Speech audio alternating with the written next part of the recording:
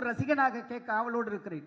ஒரே ஒரு விஷயம்தான், இன்றைக்கு மும்மொழி மொழிகையை ஏற்றுக்கொள்ளவில்லை என்றால் உங்களுக்கான நிதியை தர முடியாது என்று சொல்லும்போது கூட சளைக்காமல் ஒரு தலைவன் சொல்கிறான், தந்தா தராட்டியும் போ, என் மக்கள் இருக்கிறார்கள், என் மக்கள் இருக்கிறார்கள், நாங்கள் என்ன செய்ய வேண்டும் என்று எதற்காகவும் தலை குனிந்து எங்கள் மொழியை எக்காரணத்தை கொண்டு விட்டுக் கொடுக்க மாட்டோம் என்று நிற்கிறாரே.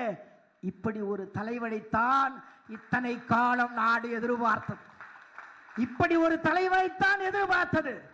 ஆட்சி மாறலாம், கட்சி மாறலாம், பதவிகள் மாறலாம், ஆனால் என் மக்களுக்கு என்ன வேண்டும் என்பதை தீர்மானிக்க கூடியவன், என் மண்ணுக்கு என்ன வேண்டும் என்பதை தீர்மானிக்க கூடியவர், என் கலாச்சாரத்துக்கு என்ன வேண்டும் என்பதை தீர்மானிக்க கூடியவர் இன்றைக்கு நமக்கு முதல்வராக வந்திருக்கிறார் என்றால் அவரை கொண்டாடாமல் யாரை கொண்டாட போகிறோம்? அவரை கொண்டாடாமல் எவ்வளவு பெரிய மனசு தெரியுமா? 40 ஆண்டுகளுக்கு முன்பு திமுக